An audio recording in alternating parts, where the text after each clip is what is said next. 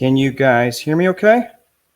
Sorry, I'm working with some some issues on my end with my internet. So give me just one sec. Okay, I can see you guys. All right, very good. Hello, everyone. It is so good to see you. Thank you for your patience. I was working with some internet issues on my end, and I know we were just a few minutes. I like to get these started right away. So, yes, thank you for your patience, first and foremost. And just again, let us know where you're from and what line of work that you're in so I can try to make this session specific to you, because we're talking specifically around marketing magic and how this specifically works for you and how you can make this marketing work for you no matter what business that you're in. So if I can get a thumbs up that you guys can hear me okay. It looks like the internet's fine on my end. All of a sudden I was just getting ready to hit start. My internet bottomed out on the other side. I had to reset the router. So thanks again for hanging in there. Let us know where you're from. We've got people in Oregon, P2P, peer-to-peer commerce shop that makes ownership of online stores harder to target in an era of censorship. That's great. That's good. Good. That's a very, very specific purpose, Jasper. I love that. That is fantastic. Cheyenne in Sydney, Australia. I love Sydney. It is. I got to. I'm assuming Australia.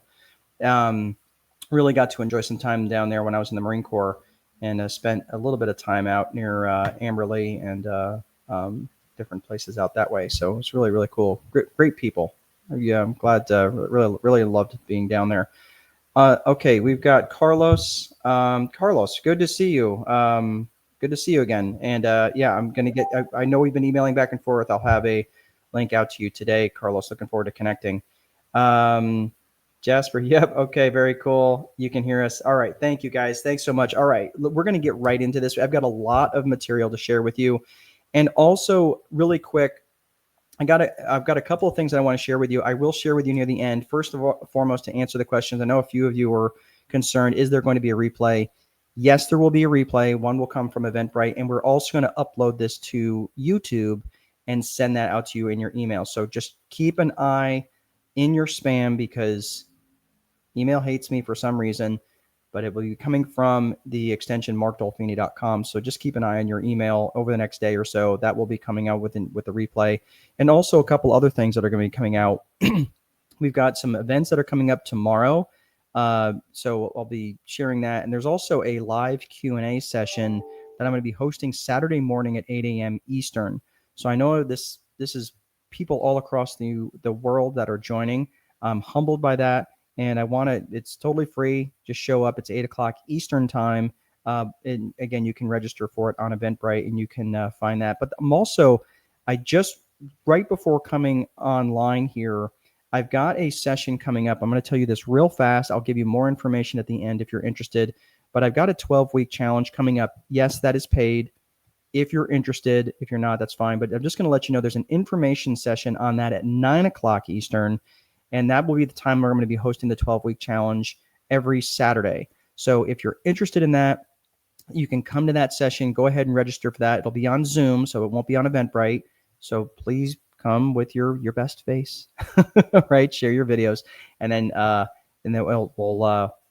tell you more about that, about all the different things that if you're looking to grow your tribe, if you're looking to grow your audience, if you're looking to grow your customers, your customer base.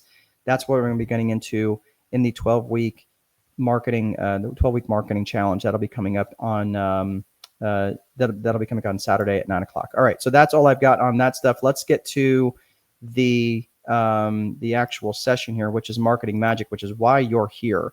So let me share my screen here. Sorry, everything kind of went upside down on me when I reset the router. Okay, here we go. All right, so this is marketing magic. What I want to ask you guys first and foremost, please make sure that you are not multitasking. I know it's so difficult to not multitask when you are in front of a computer and you're doing the very best you can. You've got lots of different things. Some of you are putting kids to bed. Some of you are getting kids up. And I understand all of the different things that are going on. So I just want to try to stay plugged in as best that you can for this next roughly 50 minutes, because I'm going to be giving you lots of different information that's going to be strategic in nature. So I want to make sure that you understand, first and foremost, as you're looking at this, try not to multitask, do the best you can. And again, take as many notes as you possibly can, but there also will be a replay. So the one thing I just want to make sure is that there's lots of information out there, and it's great. Are you just looking for knowledge just to kind of understand, or are you actually looking for knowledge for you to take action? And that's what I want to make sure that by the end of this, that you have actionable knowledge that you can take action on and do something with, not just, oh yeah, that was good. I took pages and pages of notes. I hear that all the time, which is great. But the problem is it's not great if you're not going to do anything with this knowledge. So I just want to make sure that you know that this is something that you actually need to take action on. You need to do something with it. This knowledge, there's not a lack of knowledge problem out there. There's not a lack of information problem out there. There's a lack of implementation problem out there. So that's when I really want to make sure that you that like, hey, that is something I can take action on right now. And that's what I'd like to hear along the way. You say, yes, this is something I'm going to take action on. So can I just get a confirmation that everybody's hearing me? Yes, I will. Along the way, if I see an action item that I'm going to take action on, I want to say, yes, Mark, this is the thing I'm going to take action on right now. So can I get a confirmation? Go ahead and type in the chat. Yes, I plan on, if I see something that I'm going to take action on, I'm going to take action on this. So, yep. Thank you, Carlos. I appreciate that. Carlos, Jasper, thank you. Lauren, yes to taking action. Okay, thank you, Lauren. I really appreciate you guys dialing into that. Thank you, Adam. All right, so let's get to the nuts and bolts of this, because the reality is, again, marketing really matters. Your lead generation really makes a difference, because you can have the best, most efficient business. You can be a paragon of virtue and truth and American justice or Australian justice or whatever it is, whatever country that you happen to be living, and you represent all the virtues of all the things in society. Your sales techniques so dialed in, you could sell ice to Eskimos and voting booths to Castro, and the fact is you could still starve. And that is the reality. And the thing is, if you don't get this right, if you don't get lead generation right, the reality is you can have the best business in the world at the best price and the best service, and you could still starve. So this is so important, because the lead generation function happens. It's the beginning of everything. I'm going to tell you a quick story about this very book right here. And you can't really see it, but this is my, I'm going to get myself out of the way here.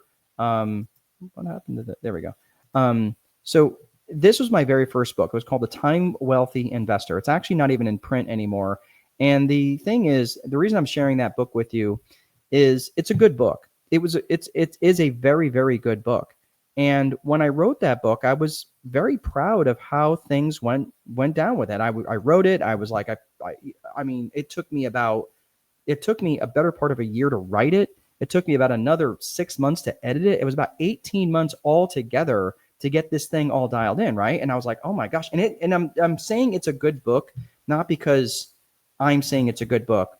I put my heart and soul in this book. And just so you understand the context, it's a book about managing and running rental properties that doesn't run your life. And I spent the better part of 15 years doing it wrong. And this is a book of mistakes. It's basically everything I did wrong and how to run a rental property business or a property management business very, very efficiently, very effectively. Okay. So trust and know, it's a 300-page book. It's a very good book. Okay. And that's what other people are telling me, like, wow, this is a very granular book. You should be really proud of yourself. And I'm like, I am. It was a lot of work. Okay. So in terms of the book sales, I was like, okay, I finally got it, the book published. I'm basically clicked, submit. There it is. It's live on Amazon. And I was like, okay, cool. And I was like, I took the approach of, you're welcome, world. Here it is. Right. And my book sales were $0.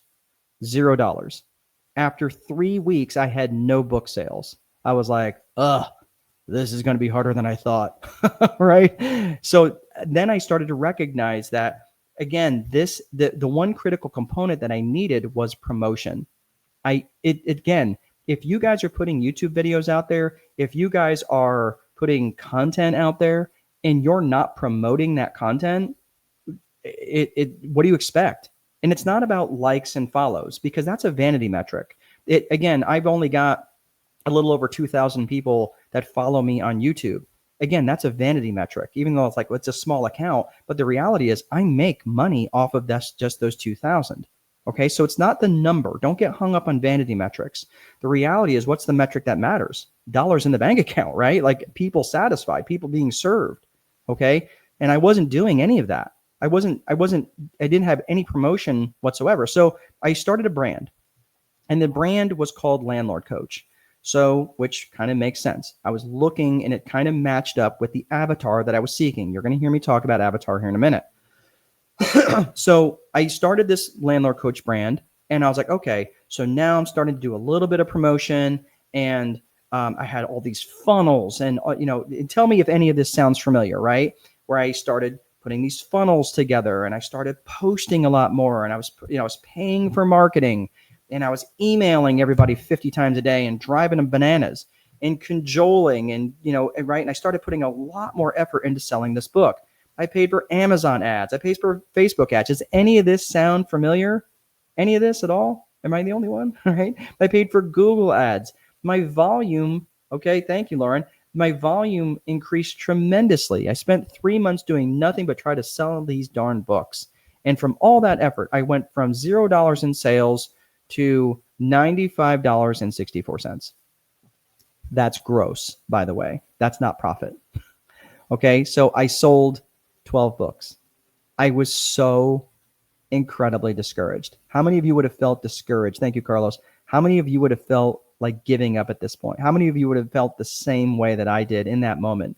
2 years to write and publish, no sales, right? Another 90 funnels in buying other people's courses and creating a brand and spending money and more money. And I felt like the only people who were making money were the advertisers. Right? To only have 12 sales. Are you kidding me? And that wasn't even profit, right? That was just selling the book at break even, just trying to get some traction. I was doing these things that other people were telling me to do. And again, I was ready to give up, right? So I was trying to sell them information. Now pay attention to this. I was trying to sell them information when what they needed was transformation, right? What they were wanting was transformation. They wanted something to be different in their life. I was selling them homework. Think about that. Think about when someone's coming to you, I don't care what product or service that you're selling, they're not buying the product or the service. They're buying the transformation they want in their life. If you are selling skin cream, are you selling them skin cream, or are you selling them a glowing facial representation of themselves? That's what they want. They want their face to look better. They want their skin to be healthier, right? Because at the end of the day, they want to look better. They want to feel good about themselves, right? So it's not just about the skin cream, it's about the transformation. So again, I was trying to sell them books when they just wanted their life to not suck so bad. They wanted their life to be better. They didn't want to feel like they were always being held hostage by their residents. And again, I was selling the trip and not the vacation. I wasn't selling the romantic dinner on the beach. I was selling them the 7-hour flight dragging suitcases with screaming kids through the airport. Who's selling that? Who wants to buy that? No one, right? No one wants to buy that. So that's where you have to stop and think about the transformation that people want. And that's really, really important, because if you're trying to sell them a course and not the transformation at the end, not what's going to be different for their lives on the other side, you're going to struggle. Remember, people go to the store not to buy a drill, right? They're not buying a drill. What are they buying? They want a hole in the wall, right? And they're not buying a drill. They're buying a drill because they don't need to necessarily buy a drill. They're buying a drill because they want a hole in the wall. And they're not even want a hole in the wall. They want to hang a picture in the wall. So when they look over that wall and they see the picture, they smile. They feel good. That's what they're buying. They're buying the feel good. They're buying not even the picture on the wall, not even the hole in the wall to put the picture hanger. They're buying the transformation. Don't ever forget that, right? So people aren't buying a drill. They're buying the hole in the wall that the drill gives them. So during that period of time, I'm going to take myself down here a little bit so you can see this a little bit easier. But during this period of time, I started in 2017, and my monthly revenues at that point in time, I was making roughly by the time I started at 2017, I had no money coming in, and I was making about $1,000 a month going into 2018. And then I started to figure things out. And I was making just under $10,000 a month going into 2020. So everybody remembers what happened in 2020 during the pandemic. So it was a little over $5,000 a month. And then I went in about 30 months, I went over to about $17,000 a month. It was not quite 17,000. No, actually, I think it was just over $17,000 a month in about 30 months. Now, I could have kept up that trajectory, but something changed for me in 2020. We're going to come back to that here in just a second. So the interesting thing, what happened to me was the fact that I just didn't want to be on this trajectory anymore. Now, for those of you, you may not necessarily be able to see this picture that well, but this is a picture of a bank robber, okay? And this guy, okay, and this is what's interesting about false confidence. I want to talk about false confidence here for just a second.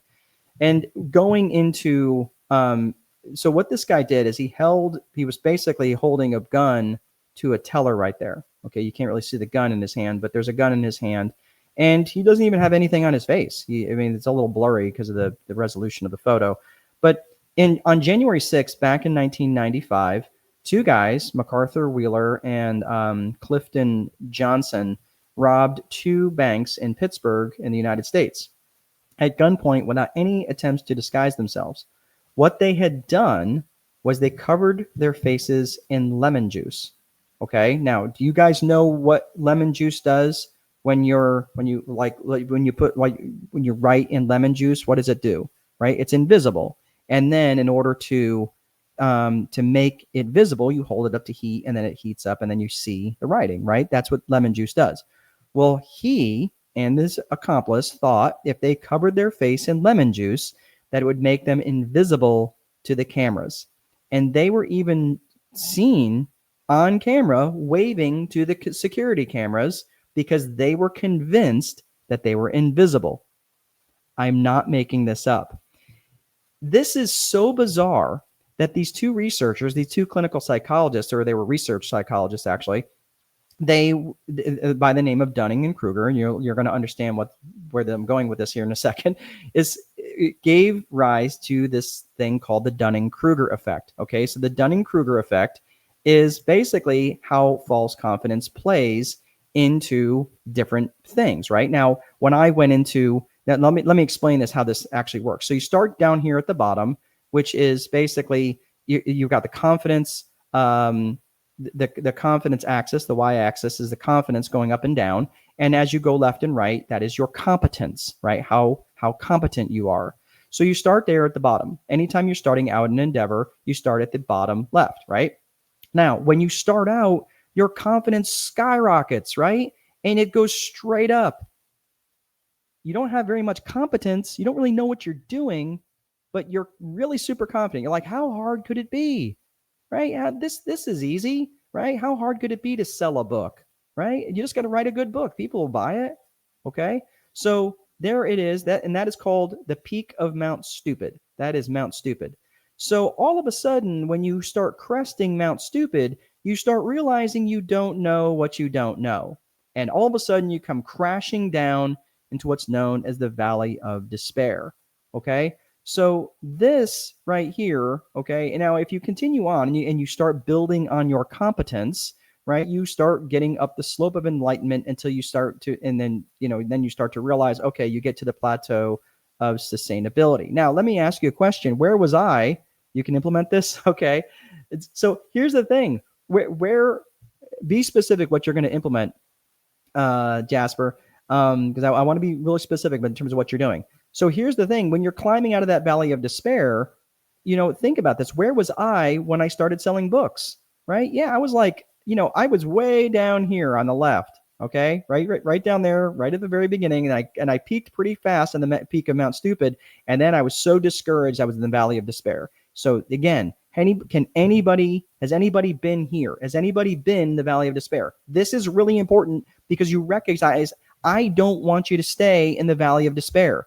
If you're feeling frustrated, that's okay. We've all been there. But the point is to learn from this, to learn from it. So when you continue with your competence, right? Several of you have already dropped off this call. That's okay. You know what? You're not willing to, maybe this wasn't resonating with you. Maybe you just had to leave early. Maybe somebody's just like, you know what? I know this. This is too basic for me. I'm not doing anything. Okay. You know what? That's fine. Okay. But the point is, those of you who are sticking around are developing more and more of your competence because you realize there's something you're not doing. There's something that you may realize that that you don't know.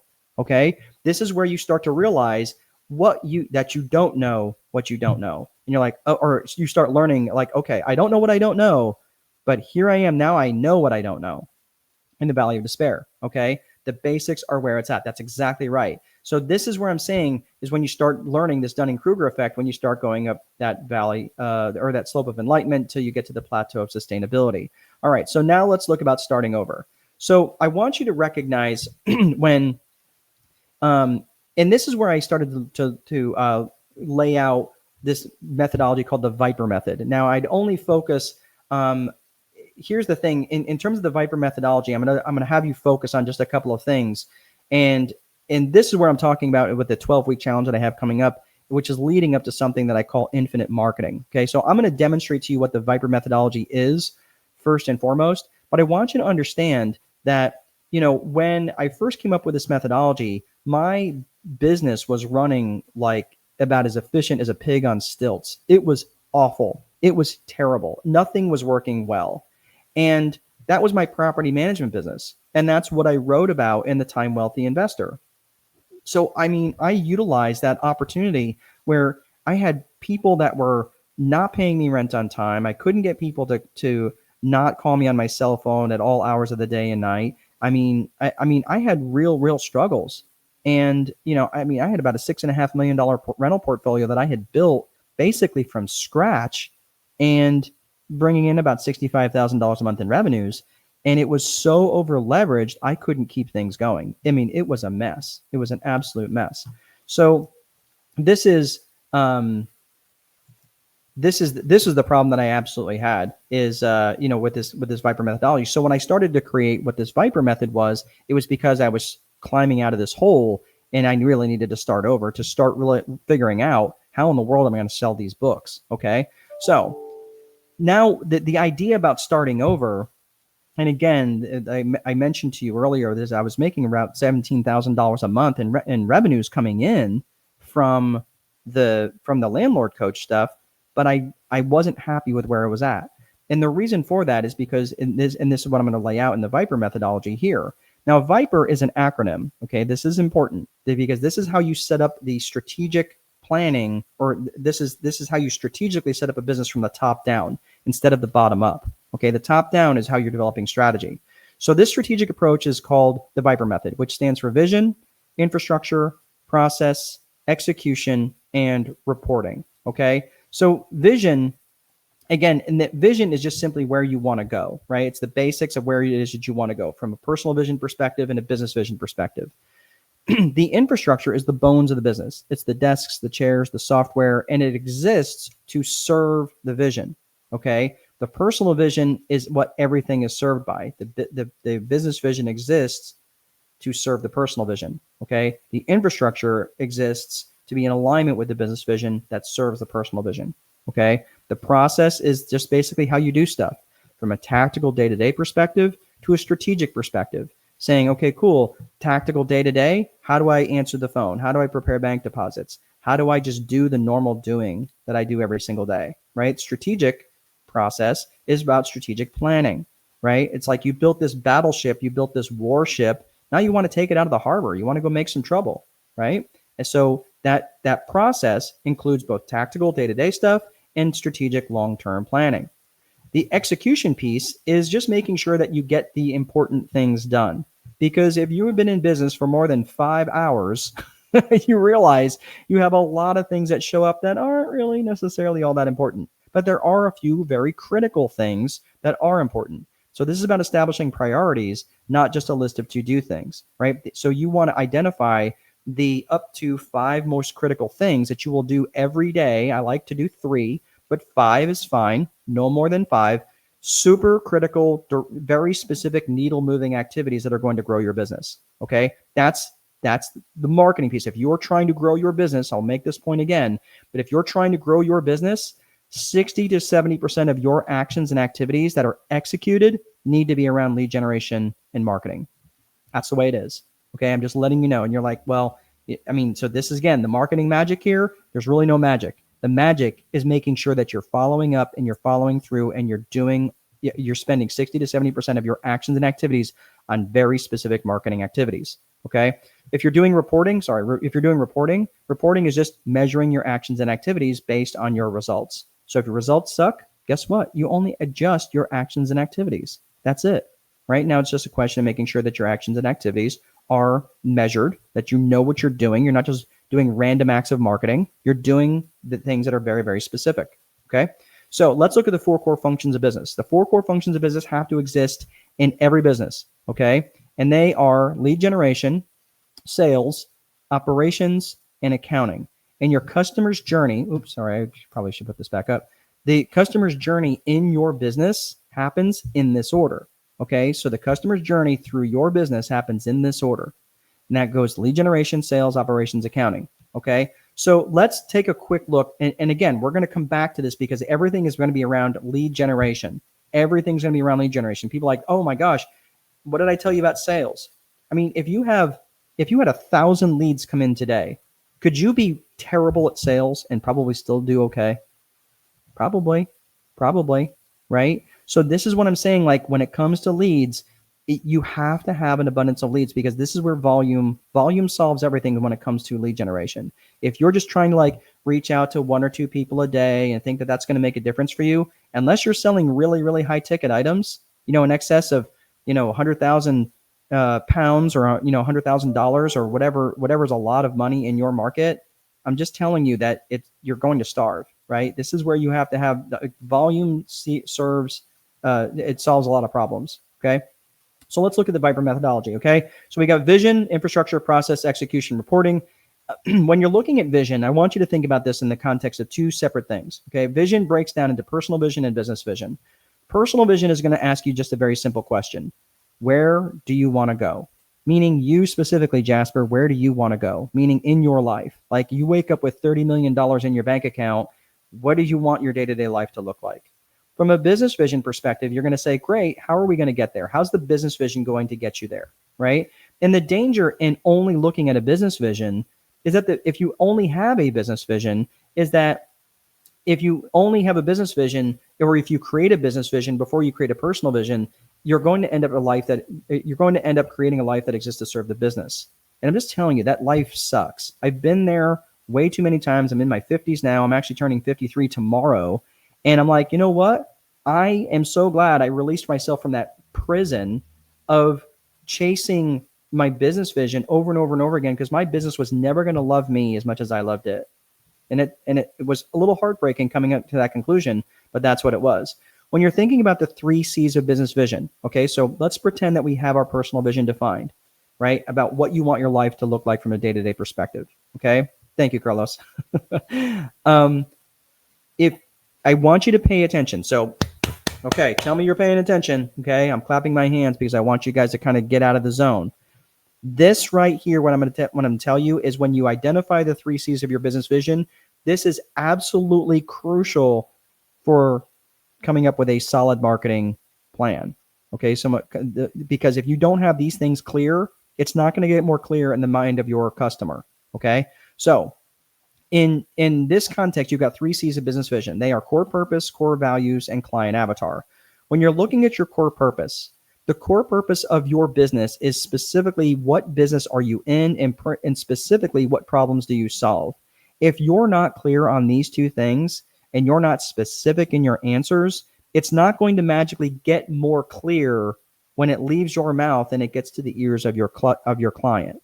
They're not going to say, oh, they're not going to fill in the blanks for you. Or if they do fill in the blanks, you might say, well, that's not really what it is that I do, right? If someone came to me and said, hey, I really want to work with you, you're a great coach. I'm like, I don't really identify myself as a coach. I mean, I certainly use coaching as I use a framework of coaching. I certainly use techniques from coaching. But if someone says, hey, I want to come to you because I really need to lose 50 pounds, I'm like, that's not really what I do, right? That's not at all what I do. I work as a life and business strategist for business owners who generally are married or in business for themselves and have kids at home because I know how busy they are. I know what that's like, living a life that's super, super busy. And it's just chasing my tail, right? So these are the sort of things, if anybody's ever worked with a strategist before, there's not a lot of us out there, but if you've worked with a real strategist, you understand how encompassing that really is.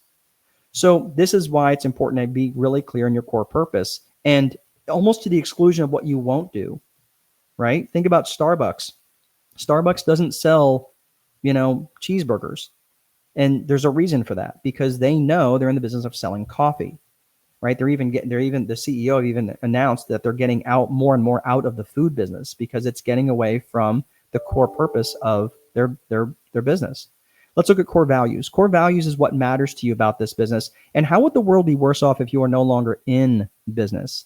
And this is really important. And I know this sounds super squishy and like, oh gosh, here we go, talking about mission and talking about vision. Yeah, but here's the thing.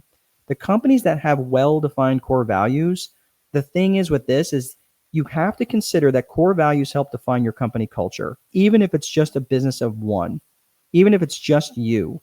Your core values being defined help define the company culture. And here's why that's important. Because the company culture helps define the company brand. And the company culture and the company brand are inextricably linked. You cannot get away from that. And that's why it's so important when you start to think about and identify your core values. And you might think, well, how do I identify my core values? Like, we all believe in honesty and integrity and, things like that, right? Basic, normal human things. But I'm going to tell you that, you might value that. But let's say, for argument's sake, that if I had a friend that lied to me, my friends lie to me every now and again. And I know they're not meaning to be hateful about it. But if they're lying to me, I'm like, okay, but am I willing to blow up the friendship over a lie? You may.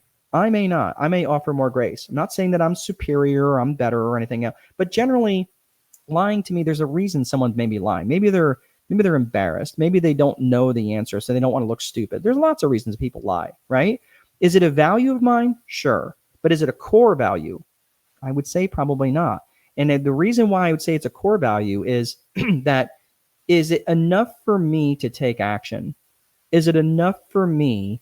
Is it such a strong value that I'd be willing to take action? So think about it in this context. Have you ever had a friend, and I'd like to hear from you guys, have you ever had a friend who wandered off the reservation where you had to let them go as a friend? Maybe it was a loved one. Maybe it was someone you were in a romantic relationship with, right? Where they were heading down a path that you couldn't follow. Has anybody ever experienced something like that? They likely value, it sucks, right, Jasper? The thing is, the reality is that likely represented a violation of a core value for you that you're like, look, man, that's a path I'm not willing to follow, right? What if they started, robbing people? And you're like, that's a violation of a core value for me. I have a strong sense for justice. I'm not okay with that, right? So that would be, if I found out my wife was all of a sudden murdering people, I'd be like, oh my gosh, right? What are you kidding? Like, no, that's not okay, right? Of course, she's a wonderful human being and she wouldn't do that. But the thing was, like, what I'm saying is it would be a violation of a core value for me. Okay. So this is why I'm saying, like, when you have these sorts of things that happen, that's how you can tell a value is truly a core value. And that is important to define in your company culture, in your company business, in your company core values. So let's look at, so we talked about core purpose. We talked about core values. Let's talk about client avatar. This, you cannot skimp on this, is you have to know who specifically and ideally that you want to serve. Because if you don't get this clear, again, you're going to be putting a lot of marketing dollars out there and it's going to be very, very fragmented. Okay. Again, when I wrote The Time Wealthy Investor, and I have since, that book is out of print now because I've since written a book called Time Wealthy Investor 2.0. But when I wrote that book, I didn't have a real clear idea of who was my avatar. I got the idea of, well, it's really meant for mom and pop investors, right? Meaning like the mom and pop who own a rental property business, right? Then I was like, oh, but it could be for property managers too. I'm like, oh yeah. Oh, or it could be for anybody who wants to eventually get into owning rental properties. That could be for them too, right? Think of how fragmented. Those are three completely separate avatars that I would need to reach in three very different ways. And when I started to recognize that when I was trying to do marketing, and my marketing was so fragmented, I was like, oh my gosh, this is awful. And it's because I wasn't very clear on my avatar. And as a result, do you think my advertising was very effective? No, that's why I sold $12 worth of books in 3 months, because it was so fragmented. I wasn't clear on who my avatar was. Once I got clear on my avatar and I subsequently republished the Time Wealthy Investor 2.0, I actually had a very, very successful launch. And at least I broke even on that one. And that's the book I actually hit bestseller status on Amazon. So I'm just saying, like, these are the sorts of things that I had to learn. Again, I was climbing out of Dunning-Kruger, right? And I realized, oh my gosh, this was a disaster. So when you're thinking about who specifically and ideally you want to serve, like, think about it in terms of their geographics, their demographics, and their psychographics. Their geographics are basically where they are. Do they live in Sydney? Do they live in Oregon? Where do they live? Where are they at specifically? Their demographics are who they are. Like, are they married? Do they have kids? Are they single? Are they old? Are they young? Whatever. Are they educated? Do they have money? Are they broke? Whatever the demographic is. And then finally, what are the psychographics? And when you think of psychographics, you're thinking about how they think and how they buy. So the psychographics, I come up with an acronym called ALEA. Now, this is really important. If you take that time to think this through in terms of how they think and how they buy, you really need to get in the mind of your avatar. You have to know these 4 things. Think ALEA, ALIA. I want you to think about their attitudes. What are their attitudes? What are their lifestyles? What are their interests? And what are their aspirations? What are their goals? What do they dream about? What do they think about? What keeps them up at night? These are the things that I want you to start thinking about, because if, let's say for argument's sake, that, and I know many of you, I know some of you, a lot of you are outside of the United States, but think about this for just a hot second. If you follow Subaru, right? Subaru is, they make Subarus actually in this town that I live in Lafayette, Indiana. And Subaru, who do they focus on? Who did they focus on for quite a while? That has nothing to do with cars. They focused on dog owners. They focused on dog owners. And you might even remember, if you've seen any of their ads, they had a lot of people opening up the back of the Subaru and saying, come on, boy, right? And jump on in, right? And that was a big deal because they were targeting dog owners, right? Especially in the United States. So this was really important because they knew that they could tie into that interest for the Subaru owners, right? That was a big deal. What are their attitudes? For them, these might have been single people with dogs. They might have been married people with dogs. They might have a couple of kids, right? But that's what they paid attention to. Okay, so it's really important that you understand their attitudes, their lifestyles, their interests, their aspirations. Get to know your avatar, and likely you know people who are your avatar. You already know some of these are, and likely you are a member of that avatar group. So start thinking about things that are interesting to them, right? I am married. I have a couple of kids. We have a 20-year-old, a 17-year-old, and a 3-year-old, right? I'm 53 years old. I read a ton of books. I have lots of different interests where people could reach me, right? Especially if they dangled some books in front of me, okay? That's why it's really, really important to get, and if you take nothing else away from today, please make sure that you're spending the time understanding their psychographics so you know how to reach them, okay? So when I climbed out of this hole, right, and I decided, that I wanted to, I was like, okay, well, I'm on this trajectory here, and this was in Landlord Coach, and I was bringing in, again, $17,000 a month. I could have kept this trajectory, but the thing was, the reason why I wanted to start over was because I did not want to represent the real estate industry anymore. I was in Landlord Coach, and the level of ick that was in the United States around the real estate coaching world was just through the roof, especially through the pandemic. It was awful. People were making all sorts of money, and they'd been in real estate for 2 years, and all of a sudden they just decided that that they were going to be that they were going to be a coach. And they didn't know a heck of a lot about coaching, but they might have learned how to make money, but they weren't very effective as a coach. And that's where I really wanted to be. I wanted to change that. I wanted to start over, right? Jasper says, I will use that avatar info. We need to do more research as a collective. Yeah, that's exactly right. Because if you're spending the time doing the research, and again, when you start putting out your marketing dollars and you're testing it and you're saying, okay, are people responding to this, to these ads, right? Now, I like direct response type marketing, and direct response is when you put something out and you say, hey, click this ad, go to this website, something like that. That's called direct response. And you can measure directly. It doesn't matter how many people you have, it's just how many people are responding to it. That's direct response. Okay. So when I started over by creating a brand called Strategic Boardroom. I wanted to work with business owners, right? And I wanted to find a product or service, that aligned with my core values. And working in the real estate field as just teaching people how to collect rent and run a business, run a rental property business better, just wasn't tapping into enough of my skills, right? That's why I decided to start over. And you might be thinking, well, geez, if I was bringing in $17,000 a month, I don't know that I would start over. I'm telling you, most of my money comes in from real estate anyway. I didn't have to worry about that coming in from as a coach. But that was why it was so important for me to find a client, product or service and a client avatar who aligned with my core values, right? There's just no getting around that. So here's the thing. For those of you, again, and what I started to recognize, I also needed to start bringing massive value to these people over and over and over. So for those of you who might be starting over for you, find a product or service with a client avatar who is aligned with your core values and deliver massive amounts of value to them, right? And I'm saying, for example, some of you may find this to be valuable, what I'm talking about. Like you might find Aaliyah to be valuable, right? And you might say, okay, yeah, that's really important. But where am I going to find it? Where am I going to do this research? You do it by doing it. You do it by starting to ask questions. Maybe for some of you are on social media, and you just text people who are members of your avatar group, and just say, hey, I have a question for you. I'm thinking about doing this business. Don't try to sell them anything. But if you ask them and said, hey, I'm really thinking about doing a dog sitting service. What would be important to you? I'm not trying to sell you anything, but what would be important to you if I was going to start a dog sitting service? Like, would it be like early pickup and late, early drop off and late pickup? Would it be flexible hours on the weekends? Would it be, overnight stays?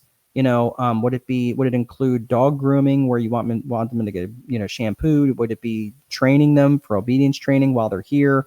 Like, these are the sorts of things that you want to ask them, and you could say, yeah, well, that would be important. That wouldn't be important. And that's the sort of thing that you do by just testing with the people that are already in your phone, the people that are already in your circle. And chances are, probably at least 50 or 60 who might be at least somewhat similar to your avatar.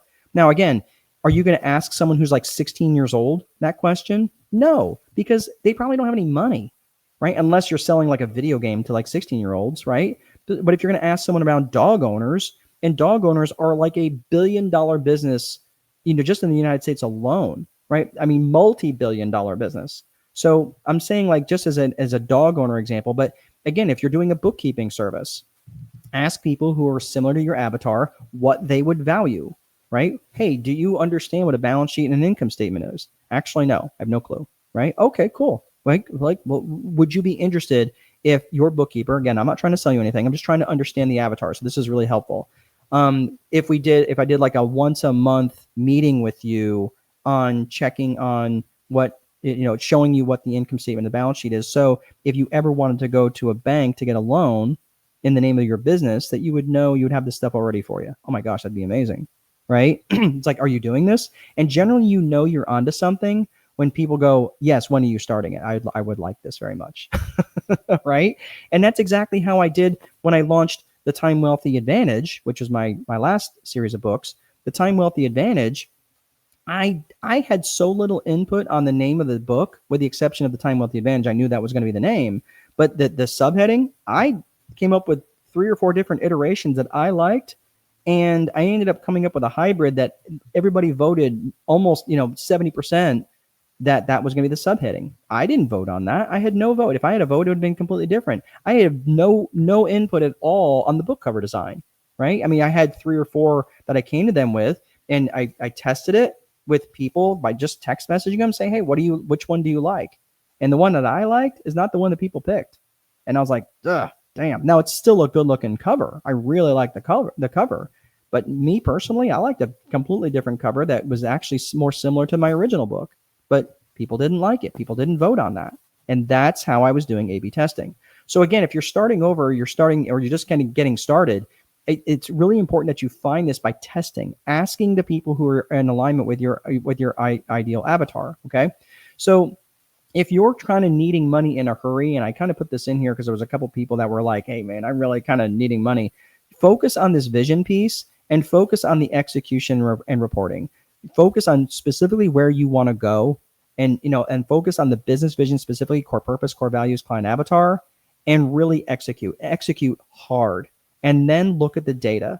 And again, if I had not done this scientifically, and the book, the Time Wealthy Advantage, that book cover would look very, very different. And I don't think people would be as compelled to buy it, right?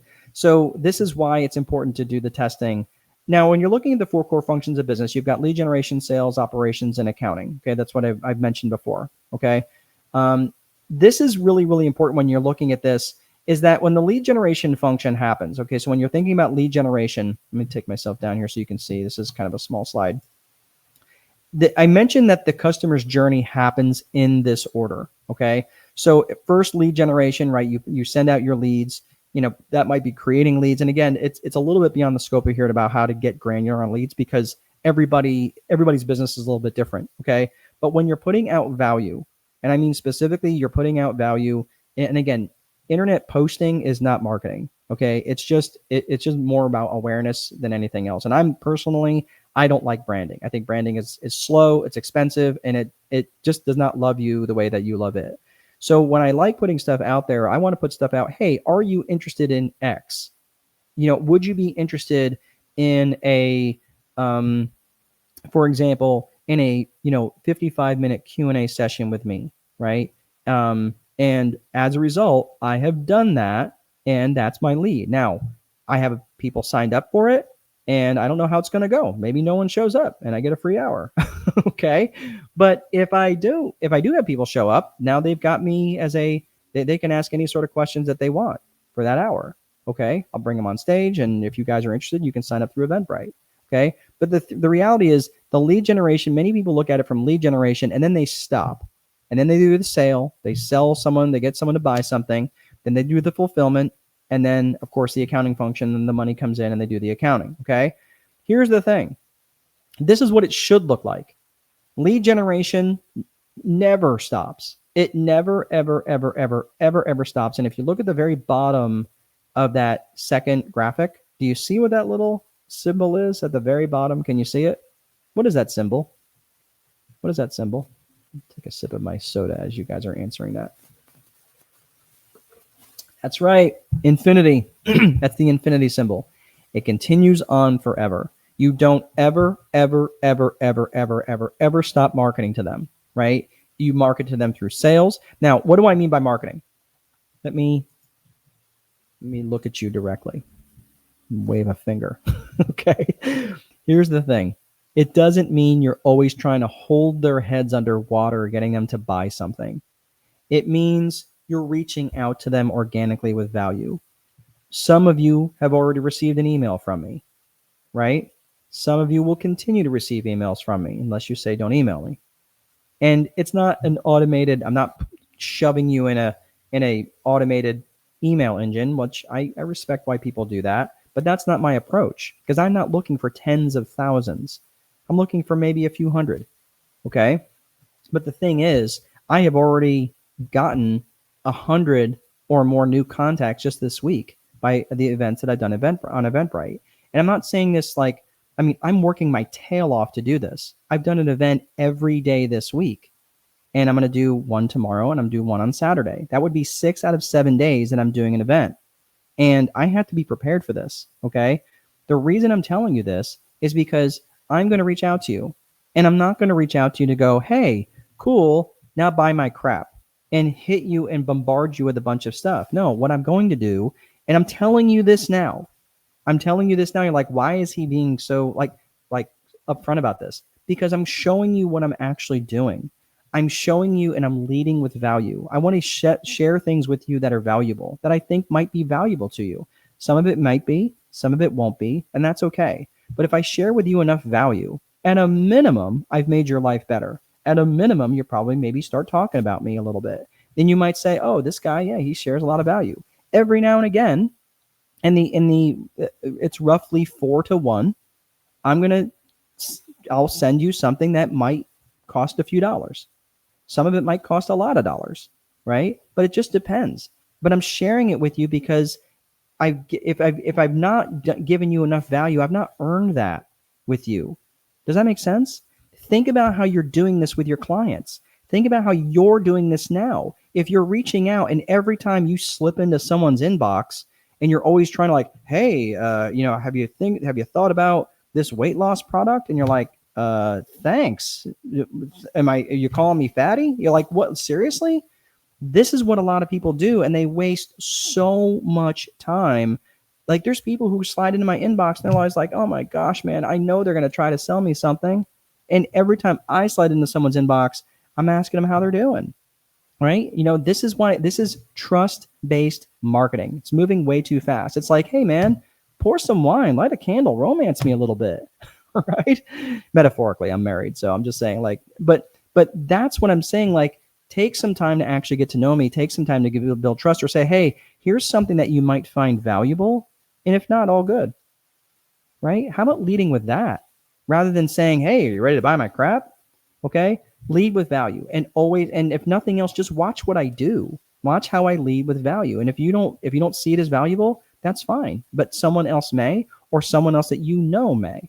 If nothing else, I've helped establish myself as a credible authority, and I don't see that as a bad thing, especially if I've helped someone else along the way. Okay.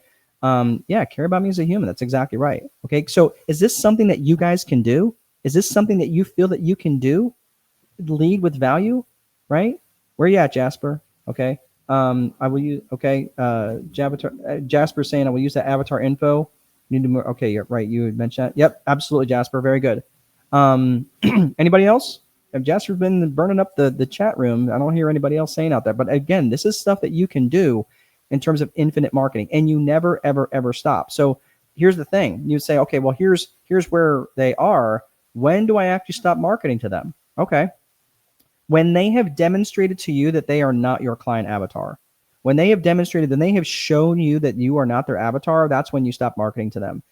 Or that they are not aligned with your core values. It's kind of funny. Lauren and Michelle are here to help me today. And we kind of got a little bit of a chuckle. There was somebody who was not a fan of me, right? Because I'm an American, made a lot of assumptions about me and my political stance, which right now the American politics is a disaster. But made a lot of assumptions about me, and then just basically told me like how bad of a person I was. I was like, oh, okay, you're clearly not a fan. Okay. But the thing was, so he's not aligned with my core values, so I'm not going to reach out to him anymore. All right. And so when they've showed you that they're not your avatar, when they're showing you not aligned with your core values, or they have died. Okay. So assuming you don't like to work for cadavers and you like people to be actually alive, when they're not aligned with your core values or client avatar, that's when you stop marketing to them. But otherwise, keep going on, right? Keep doing it. So again, right here, now I want to point out here is that these numbers right here, not all of these revenues were from book sales. I had to listen to my avatar, and what they did not want was homework, right? So instead of trying to sell books, I started to ask questions.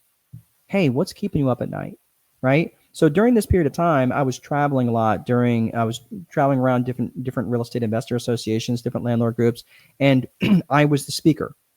So I would get, knowing that I was the speaker, and I would show up, and I always wear the same basic outfit just because it's less confusing for me. I basically wear adult garanimals just because, like, I wear boots, jeans, black shirt, and this jacket. So it's pretty straightforward. And I have like several of these. So it's just easy. And but because I knew who my avatar was, when I was in the real estate space, I would ask these people up front, they're standing there in these, in the group, and they would ask me, I started going where they were. I was basically speaking where I knew I had an audience. Okay. And, I wasn't hiding behind my keyboard anymore. I was getting out there, and I would ask them, hey, what kind of things are you struggling with as an avatar? And I would ask them specifically. Okay. So this is why the reason these revenues went up so fast is because I was doing a lot of coaching during that period of time. Okay. So, when I was there and during these real estate investor meetups, and I can meet someone who was my avatar, I got their contact information, and again, I just started asking them questions. What were they hoping to learn by being at this event tonight? Why would I ask that question? What were they hoping to learn? Because I was farming for information. So I knew how to ask questions. So I knew how to put marketing out there that would resonate with people who were having similar problems. So what were you hoping to learn? I could ask you guys, what were you hoping to learn by being here today? And that would be fuel that I would use for more content. Okay. Again, delivering more and more value. What were they hoping to learn from me? Specifically, maybe they'd heard of me. Maybe they read my book. What were they hoping to learn from me? What were the things that were keeping them up at night, right? Why do you think I was asking all those questions? Because again, it gave me an ability to follow up with them where if they gave me their contact information, I could create a video or a white paper or a booklet or something, and then I could send it to them and say, hey, here's something that you had asked me. Maybe this will help address that problem. And I could send that out to many, many, many people, right? You see how this is about developing and creating trust by specifically, first and foremost, by demonstrating my competence. If you want to, and to pay attention, if you're looking to build trust, the fastest way to build trust is to demonstrate competence.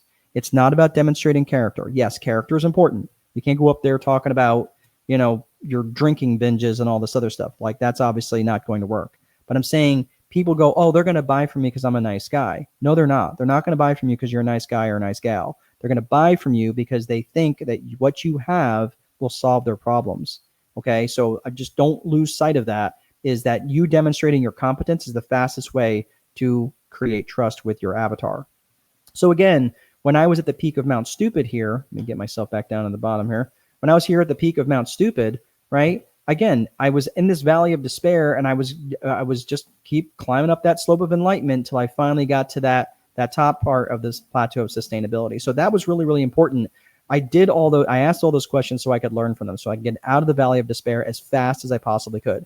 And once you know your client avatar, I promise you, they will tell you what their problems are. Okay. And that's how you deliver value to them. So again, if there's any marketing magic here, it's learning your craft so well that no one else is going to want to think to call anyone else. I still get people that'll call me for landlording problems all the time. Because I know that business so well, I know how to answer those questions, but I also know how to answer those questions around leadership. I also know how to answer those questions around management, around lead generation, around sales, around business psychology, around organizational psychology.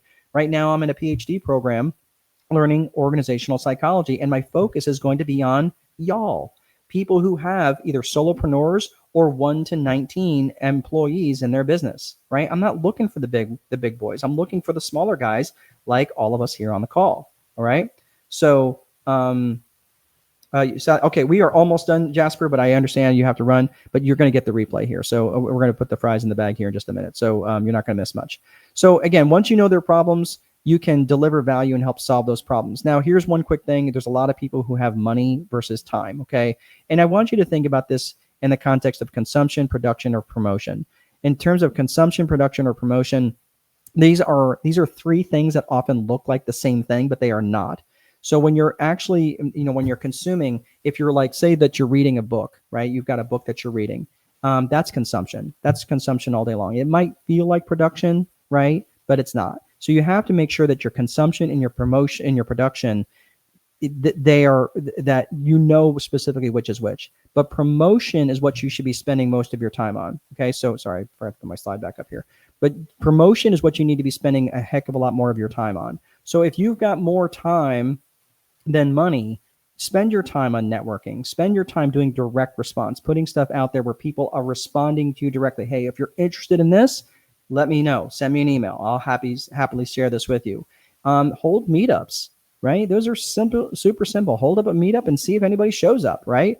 Hosting webinars just like this one, right? You can do it on Eventbrite. It's not that hard. Trust me. If I can figure it out, I'm a Marine. I'm not that smart. Okay. I can figure this stuff out. Okay. Doing things like that. But and think about it again, the 4-to-1 ratio, where you're sending out value on a 4-to-1 ratio, sending out 4 pieces of value to roughly every one ask for money. If you've got more time than money, right? Or we talk about more time than money. If you've got more money than time, start thinking about who you can employ, right? Who you can get, who, not how. You start to build that infrastructure piece out, right? Start building out infrastructure so you're not doing all of this. Create processes around shareable content, right? Where you can use things like Opus Clip or CapCut to start doing this sort of thing, where you're building out processes and you got infrastructure where you can have people doing this for you, so you're not doing all of this. Okay. But again, always give away tons of value. That's the main premise of this. Give away tons of value, develop that trust, develop that credibility in the marketplace, and that is the true magic in the marketing. And one quick thing, I think that people try to go to automation way too soon. I think they dump them into automated email programs way too fast. Regardless of where you're at, I think that's, I think first, again, that's the biggest thing. So we're going to put the fries in the bag here, land the plane. If you're, seeking to understand versus taking knowledge to take action. So hopefully you guys have got some actionable stuff. Jasper, I know that you have to head out. But I know you already had your actionable thing. So if you have actionable items that you're going to do, go ahead and post it in there. Post it in the comments. I am going to share with you something free real fast. If you would like to join us in Facebook, just if you could just put the link up, just the link by itself, Michelle or Lauren, just the link itself. This is the Time Wealthy Advantage. Just don't. If you're a jerk, don't come. Don't be a jerk. Because it says, "Don't be." Are you a jerk? So if you are not a jerk and you are and you're looking at doing these sorts of things, that's totally fine. So yep, thank you. That's what I'm looking for. So that is it. That's all I have. There's a couple of one other thing that I just want to point out to you. If you are interested again in the events that I have coming up, I don't remember what's the event tomorrow. Lauren, do you have that handy? I am having a brain cramp. I can't think of what that is off the top of my mind. Let me see if I can pull that up real fast. So the event tomorrow is, again, it's posted on Eventbrite, and that is your networking not working? It's a very popular thing that I've started doing. In fact, it's actually fairly new. So if you are into networking and you are a networking sort and it's not working for you the way that you're hoping it would, I just want to let you know that that is a free class that I'm doing tomorrow, and that is at 3 p.m. Eastern. Also on the live Q&A, never done a live Q&A before. That will be Saturday morning at 8 a.m. Eastern. And again, if you are interested in the 12-week challenge, that is also just an informational session at 9 a.m. Eastern. And that will not have a cost, but it will have a cost after next week, or after this week. So if you are interested in learning more about it and taking your marketing to the next level where you're getting many more clients, getting many more clients that are paying you more money with a lot less aggravation and effort as you want to finish out the quarter number 4 in 2025 and head into Q1 in 2026 really, really strong with your marketing, plan on attending and see if it would be in alignment with that, with what you're interested in. So that's it. Okay, cool. Thank you, Lauren. I appreciate you guys sticking around. Hopefully this was helpful, and I'll see you guys next time. Have a great rest of your day.